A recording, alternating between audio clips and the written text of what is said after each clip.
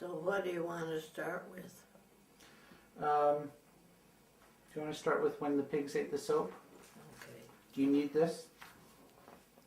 No. Okay. Is it going? Okay. Do you want to test it or? I bet. Well, I might sweep it up just a tad. There we go. I bet it's fine. Okay. Well, Grandma, sure appreciate you being here, and we're, just a little bit of history how all this came about is a few weeks ago, Catherine called me and said, Randy, you've got to go over, and she was quite commanding in her tone. She said, Randy, you've got to go over and you've got to film Grandma. And you've got to have her tell, at the time, it was 2 stories. And one was Pigs in the Soap, and the other was when the governor came to Aspen Grove. And then she called back later and said, one more story, and then any other story she wants to tell too. But that other story was when Ira got lost. Oh. And so that's specifically what she wanted us to talk about. So as we talk, you can just talk to me. You don't need to worry about the camera. And if you could just start with the Pigs in the Soap. Okay. Well, the Pigs in the Soap story started before I was born, out in Talmadge on our homestead. And then, Fast Sunday was often a very long meeting because there was no cutoff. Well, my parents had gone to fast meeting, and their little pigs just got hungry, and they were nosing around, and one little pig found a board that was loose, and so he tumbled out looking for something to eat, and he went around the old cellar door. He could smell some of the cabbages and things that were down in the cellar, and so he went down and he found a box of that old homemade soap.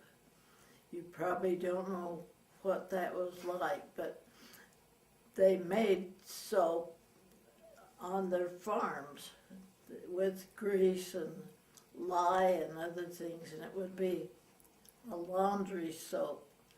And so the little pig was rummaging around trying to get something to eat, and he bit into a bar of that soap, and he kept chewing it.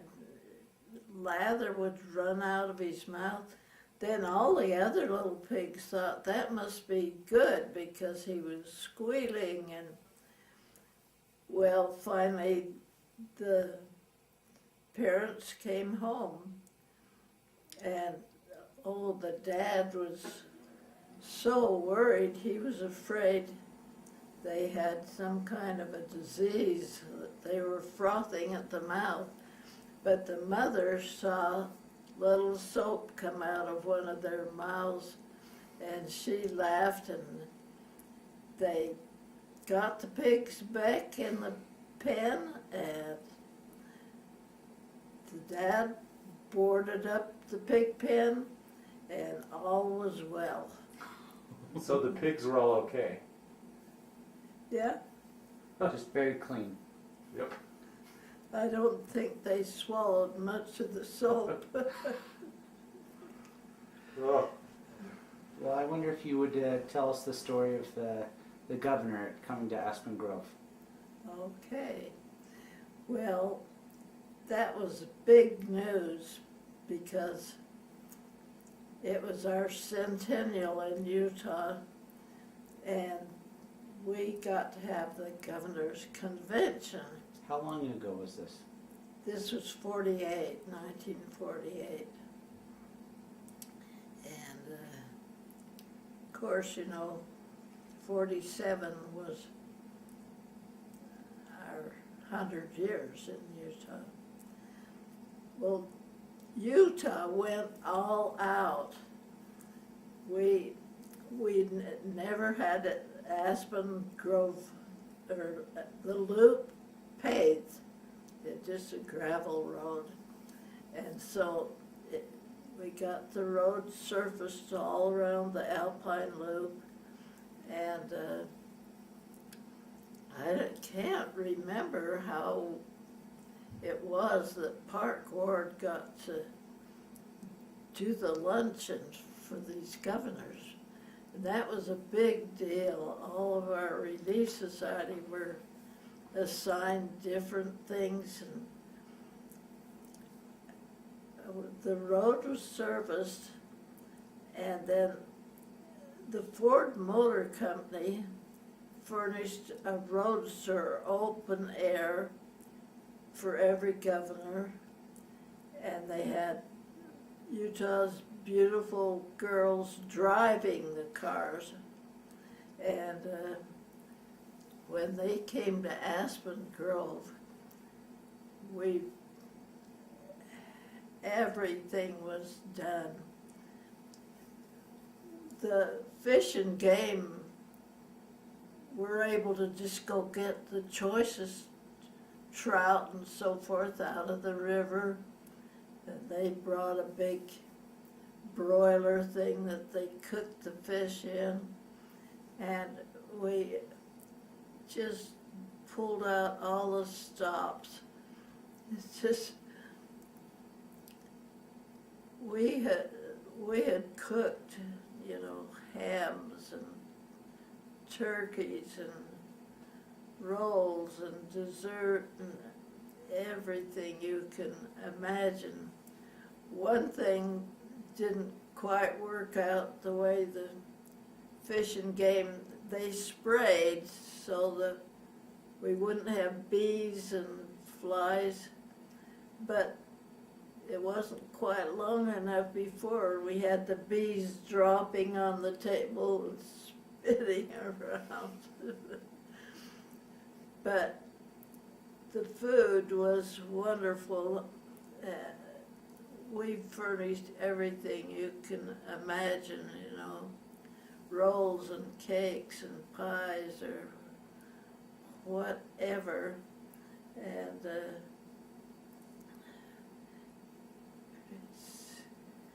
seemed like there was every kind of food that you can imagine. So that was the story of the beautiful girls in Utah were driving these Ford open-air roadsters that took them clear around the loop. And that was the governor's convention for us. Do you mind if I ask, I want to ask a little bit of a different story, and I didn't warn you of this, but can you tell a little bit about how you got Utah Mother of the Year? Got what? Utah Mother of the Year? Well, Utah Mother of the Year, they have hundreds of candidates. Every town in Utah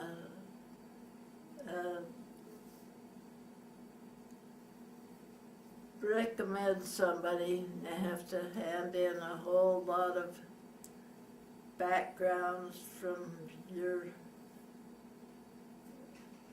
local,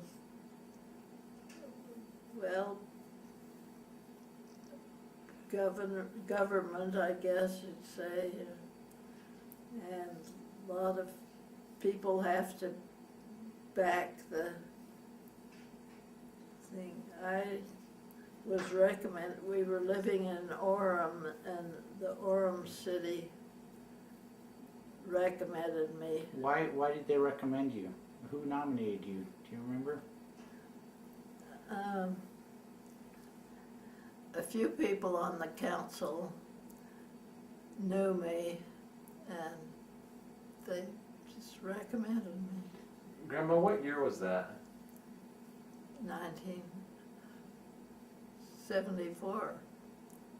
I remember that just barely. I remember seeing it in the newspaper. We had a newspaper clipping of it for a long time, and I remember my parents talking about how you got this neat award. But I was 6. I was 6 years old when you got that. Yeah. And I was just born. Yeah. Well, I wondered if you would also tell us a story about when Ira got lost. Okay. I could tell about Marlene. It's about the same story. Sure. Both. Yeah. The story for Marlene being left was a tragic day. You know, we didn't have telephones, and Alice was staying with Beth and Norma, whose husbands were all overseas in the war. And Brother Braithwaite called and said that Burke had been killed. His airplane went down in the Philippines, and so there no telephones, so we jumped in the car and went over. They were all living in an apartment over on 9th East in Provo. And it was such a tragic day. And the little kids went out in the sand pile that was back of the building. And Ralph took Beth's car to service it to take to Manti, and all of the little kids and the moms got in my car, and we didn't count off very well. We drove over to our house, and in a little while I asked outside, "Have you seen Marlene?" "Oh, she's out there playing with all those kids." And so it was a while before we just all jumped in the car, a mess of kids and mothers and everybody. So sad. This Burke Braithwaite was such a talented boy, wonderful pianist, and This is in World War II or the Korean War? yes. The World War II? What? World War II? Yes. Yeah. All the husbands but Ralph were away in the war. Anyway, we searched around, and then we called the police, and they said, "Oh yes, we have a little girl," and an elderly gentleman saw her going up the steps to BYU, and he said, "Where are you going?" And she said, "To my daddy's office." She was going up the 4th East steps to go to boy, but he took her home, and they fed her and put her down for a nap, and then alerted the police. So we got her, but those days are so confusing, so tragic and sad. We got her back with sure scary thing. Yeah. And do you remember how old she was about? She was only about 3 years old. Wow. She was 2 when we moved in that house, and this was later a little bit. Okay. Would you tell us about Ira being lost as well? Well, okay, it's about the same thing. That's okay. Okay, the Todd family, we lived in Midvale then, and we went, there wasn't a war, there's just the Depression, but our dad was always on the High Council or something. And we'd gone on this little picnic on this, it was a Sunday afternoon, and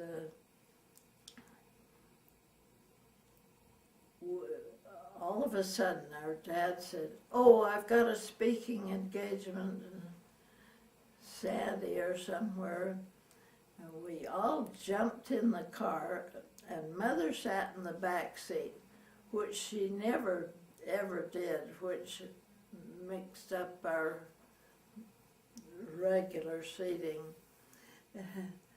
And we got home, and Dad went off for his speaking engagement, and I was left to put the little boys to bed, and they were playing outside, and then when it was time to put them to bed, I couldn't find Ira, and I said, "Have you seen Ira?" No. I can't remember how old Ira was. He was only about 5 years old.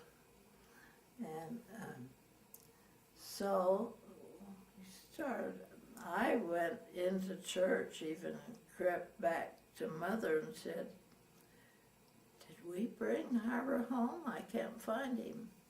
Oh, she came home with me, and we couldn't find him in the neighborhood.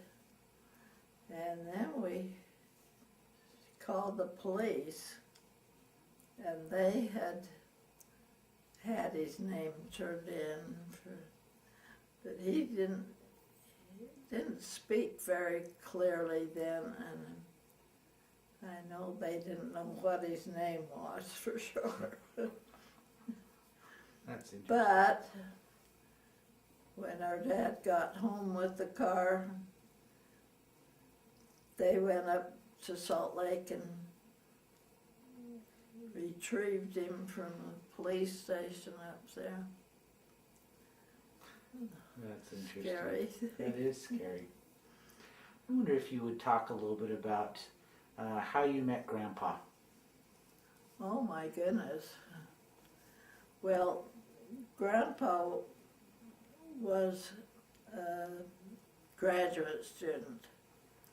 He just came back to BYU to get his master's, and I played a lot for Margaret Summerhays for her students and her choruses and things, her mock chorus. And when school started, she said, "Oh, Florence, Ralph Britsch is coming back to do graduate work, and I'm going to have you play for his lessons." And she had a twinkle in her eye, I guess.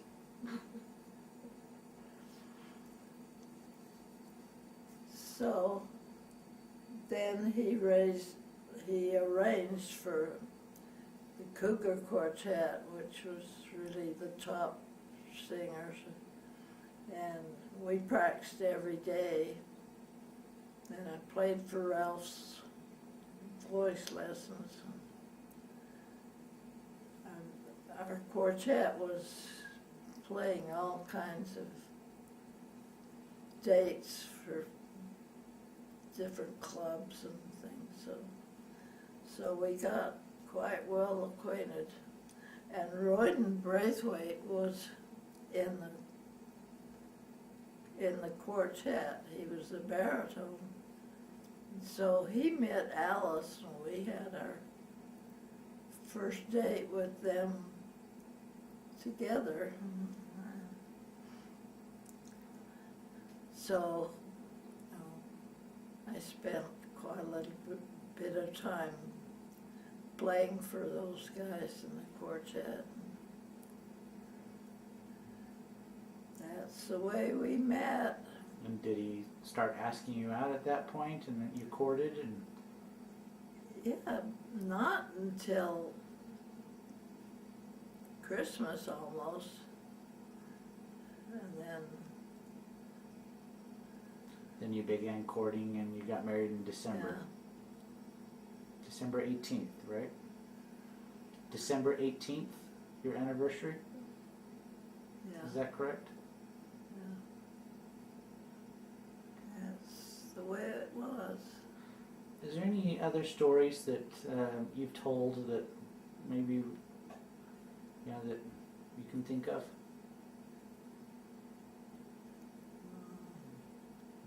Anything? I can't. Who is your favorite grandson? Well, she looked at My me. favorite grandson, of course, you guys have to split it. Huh? Could you tell a little bit about how some of the complications with Royden's birth and what happened with that? Well, Royden was premature, but he was in the incubator for a week at first, and then after we got him home, see, when's his birthday? October.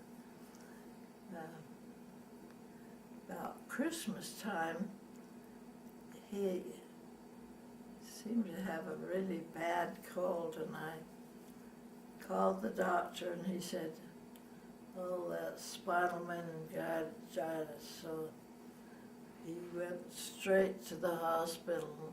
Oh, he had so many shots, and he was so sick, and they had him in the hospital all the time. His poor little bottom was so full of shots, and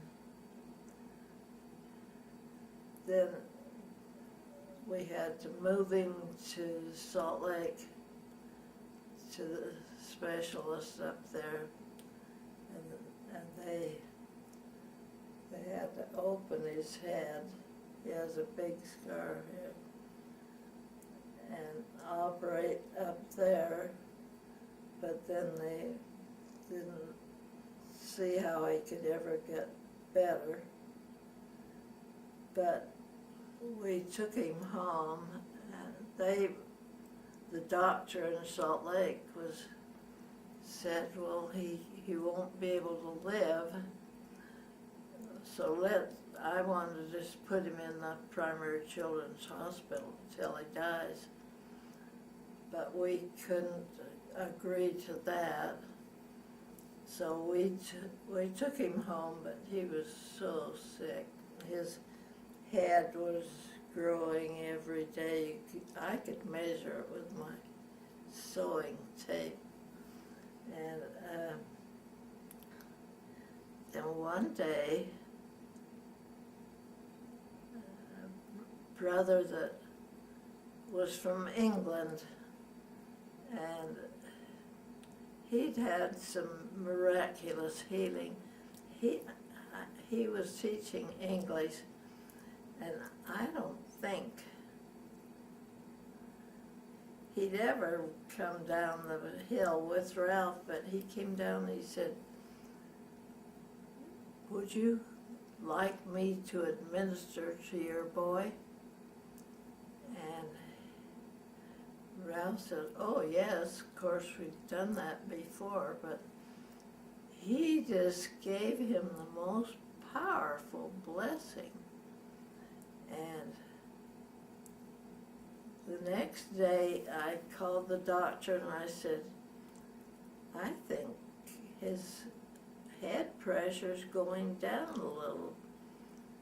And the doctor came and said, he just turned to the window and he said, "Something's happened to this baby that medical science can't understand. And so from that day, his head went down, and finally he could eat and he could get better. It took quite a long time, and he was then old when he learned to walk. I mean, he was one and a half or more before he could get around much. And he'd come in his little wheel cart and just race around the house finally. Then he learned to walk when he was about 2 years old. But he was, then he was fat and heavy, you know. He really hard to walk. But he got better. Oh, they always said it's just a miracle. It is. Hey, Grandma, could you tell me a little bit about my dad's polio? I mean, I don't know much about that. You know, I know he had it, but I don't know how common it was. And... What did we call it? Spinal meningitis. So that was when they had polio. Both Ralph, Todd. Todd and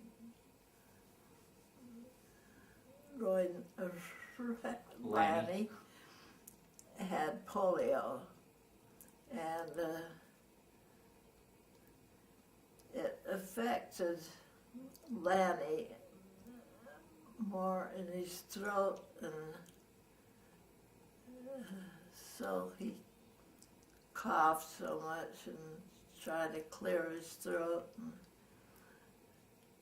And Todd, it affected his arm so that he got a short neck kind of from it, but your dad had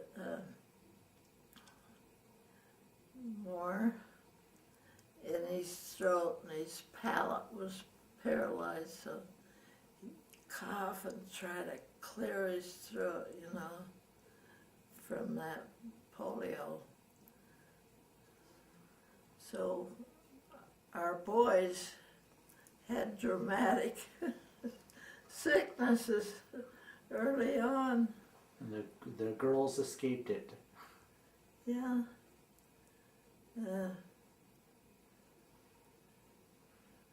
Charlotte's always had bad knees, but I don't know what. She's had this one replaced 3 times and this twice. Charlotte had bad knees even in high school, right? I mean... Yeah. Would you talk a little bit about your mission to Tonga and New Zealand and what happened with you? Well, we were called to Tonga on our mission, and it was really not the right call because Ralph he was supposed to be a band leader, and they had 2 musicians who they'd hired, and so they said that he'd teach English, but the girl that had been hired sat in the class and got paid for the teaching English, which Ralph was doing, and it was a mixture all around, and I taught piano to those little kids in the grass shack. You think they'd use the piano very much, they'd sometimes come peek in my window and say, "What's that?" And I say, "Oh, that's a piano. Do you want to see how it goes?" And they just don't know what's going on. My first period class, the girls were all from Tahiti, and their parents speak Tahitian at home, and then in school and public, you know, they speak, I think they speak more French. So these girls in Tonga really have a chore. They stay in the dorms where the girls are speaking Tongan, go to school and it says speak only English. They go home and their parents are speaking one language, and they have to be pretty gifted about switching languages. Yeah. So it was almost a good thing I broke my femur. How did you break your femur? I just fell on some of the coral rocks. I just fell and popped it. Did you know something was wrong immediately? Oh yeah, I couldn't. They ran and got the car, and it's hard to even get me in. Took me to the hospital. What was the hospital like in Tonga? Well, it's kind of sponsored by, what is it? Anyway, it's a modern hospital. Some of it's not too modern. You have to catch the bugs on the wall. But after I lay there for 2 or 3 days, and then they came, the doctors came and said, "Oh, there's nothing we can do for, you'll have to go to home to Hawaii or somewhere." And that was great sport with the broken leg. But they got me on the plane. You know, they have to take out 9 seats to get your stretcher in. It got me on a plane, and we went to New Zealand to catch a big plane to Hawaii. And the minute that we landed in New Zealand, they had the doctor to check me, and everything was taken care of. So they took me right to the hospital and x-rayed, and the doctor said, "You must have immediate surgery," and that was about 12 o'clock at night. But he was so efficient. Everybody said it was a good surgery, and so I'm for New Zealand.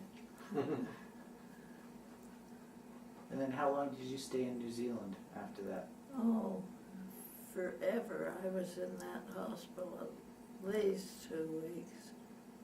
And then the mission president said we could stay in New Zealand if we wanted to. So we stayed in New Zealand by the temple. We were at the visitor center by the temple. So we're just at the bottom of the hill. And you've been there, haven't you, Kurt? Yep, I have. Yeah. In fact, Grandma and Grandpa may have seen Julie's brother Neil. And there was remember the musical or play or something? Oh, yes. I can't remember what that was called. Something. Well, I can't either, but it was a really fine production. And Neil, I think Neil was the lead in this play that they had seen.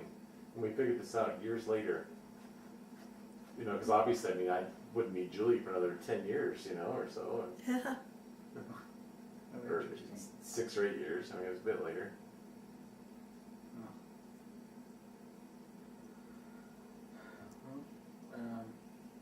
can't think of anything else.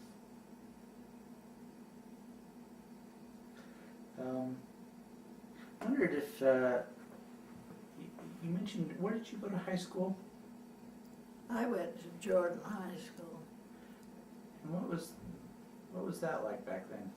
Oh, that was a big high school. It went from east to west. All those communities. The only Murray City had its own. Then there was the Granite School District, which was huge. And we went to, they had buses that the senior boys drove for all the students all over the country. Grandma, what was the scariest moment you've ever had playing piano? Have you ever had to perform in front of a large crowd that was just absolutely frightening? Well, I won the state piano contest one time, and I accompanied a trio, and then we had the Pantages Theater, you know, with live entertainment, and this little trio then were scheduled to play on the vaudeville shows for about a week, and we had to, it wasn't especially scary to me. I mean, I was just accompanying them. But it's kind of scary to play in those contests.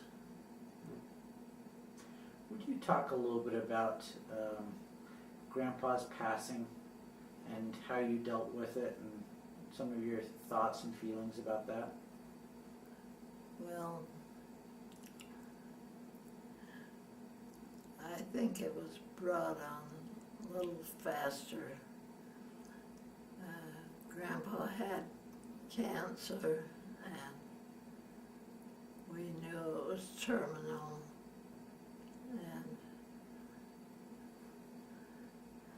But, you know, they wanted to put him in the hospital for just to get some little tests done. And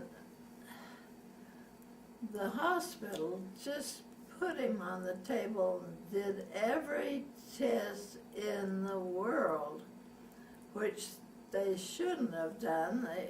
He was just to get a bladder bag or something.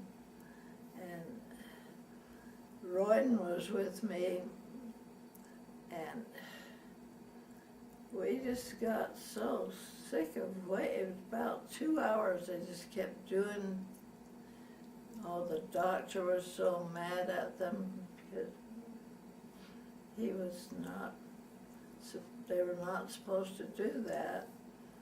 And when he came home then that night, Royden had to take him into the bathroom, and he said, "Oh, you know, I'm dying." And so tell the family. And it was that way, you know, we knew in the morning that he was finished, and he died. July 6th, is that right? Do you remember? Yeah, 1994. Is that right? yeah. And that was not too long after Daniel died. After. After Dan. Oh, yeah. 'Cause Dan said, "Now, Grandpa, don't do what I'm going to do." I mean, he knew he was going to take his life, and so that was sad.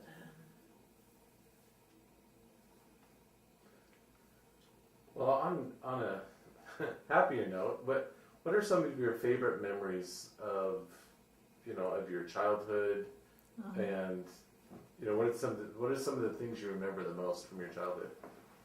Oh, let's see.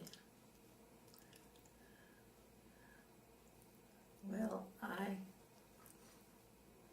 I can remember when we moved up from Panguitch. Our dad had the biggest bank in Utah, I guess, up in Bingham Canyon, because it had all the miners' work and everything. And Is Bingham Canyon? It's just gone now, right? it's all Bingham is gone, and it was a crazy sort of place. Just little shacks or houses all the way up the canyon.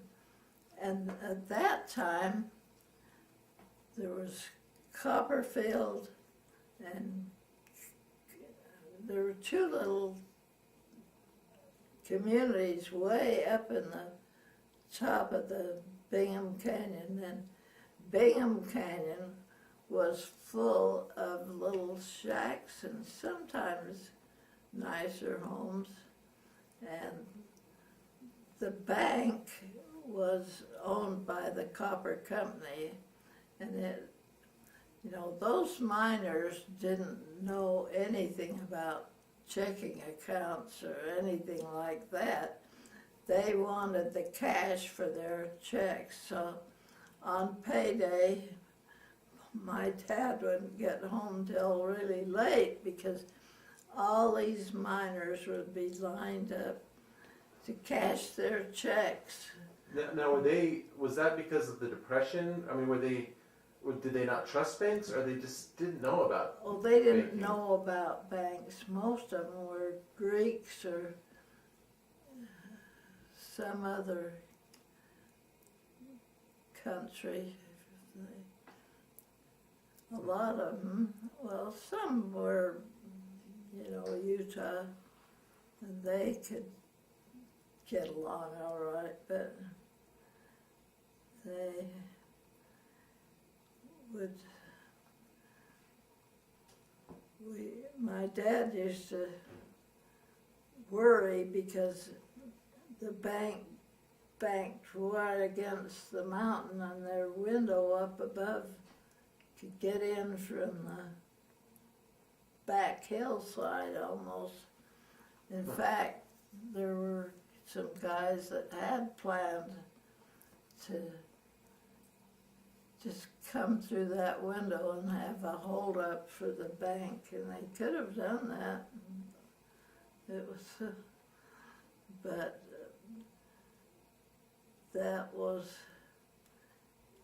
it was a big bank, but it was no life. They built us a real nice house in Copperton, and I can remember there were just 2 or 3 Mormons on the bus, and sometimes they'd say, "ZCMI, ZCMI." They say, "What?" "Oh, Zion's crazy Mormon idiots." So mostly they were pretty kind to us. Alice and I was in the 7th grade. She was in the 5th, and Beth was a 2nd grader, I guess. So, oh, I know Burton was in the 1st grade, so, yeah. Took care of us, and it was no place for the family, and so when our dad was offered the Midvale Bank, he decided to take it, although it wasn't as big a bank, but that's how we moved to Midvale.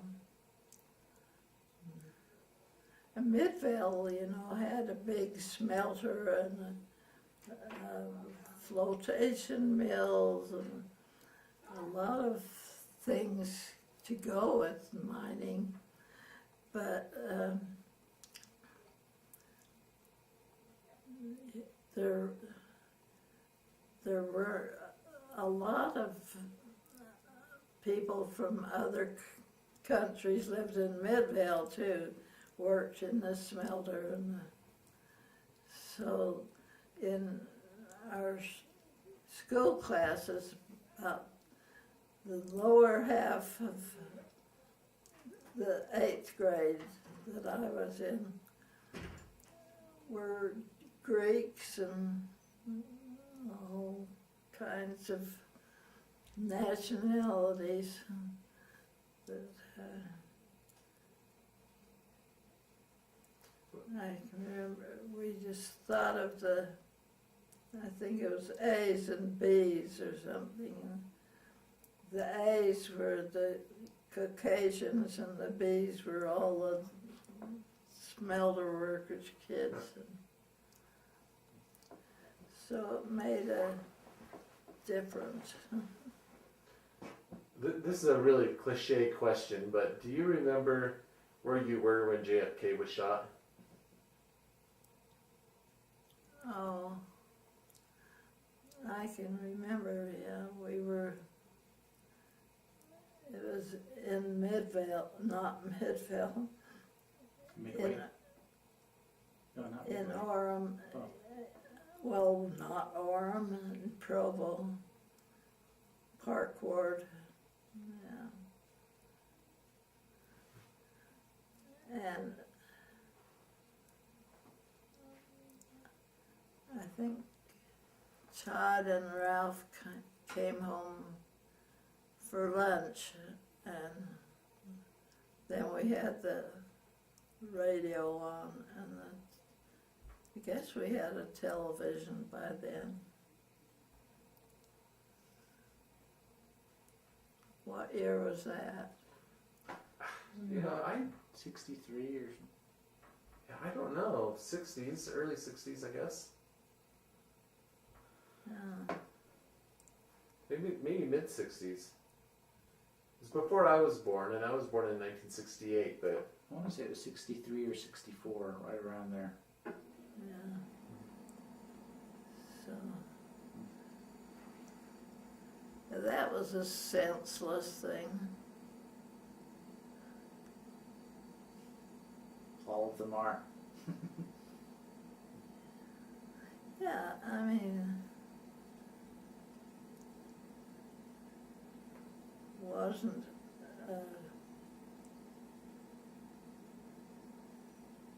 we weren't voting at the time, were we?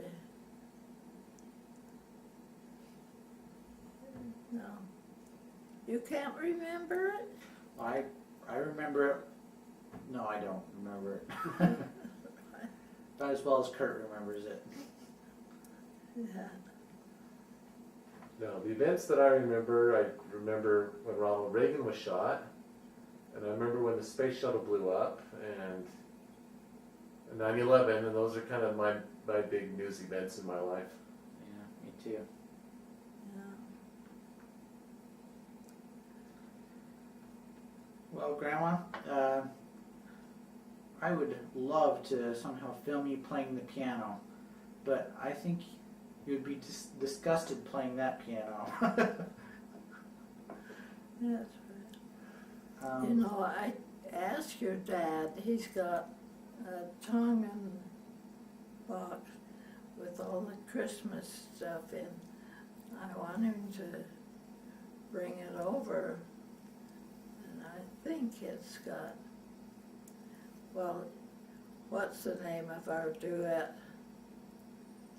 Oh. Holiday, Oh yeah, sleigh ride? yeah. Anyway, you know that composer is from Mount Pleasant? No, I didn't know that. I didn't know it either till recently. Leroy Anderson, I think is his Uh-huh. name. Huh. So we gotta reverence it. That is a great number. That is, it's a fun one. It's fun. Well, Grandma, thank you so much. Well, I hope it works out. I do too. Should. Yep. If it doesn't, we'll be back over. But Okay, you're welcome to come back. All right. If I can figure out how to turn this off. let's press that.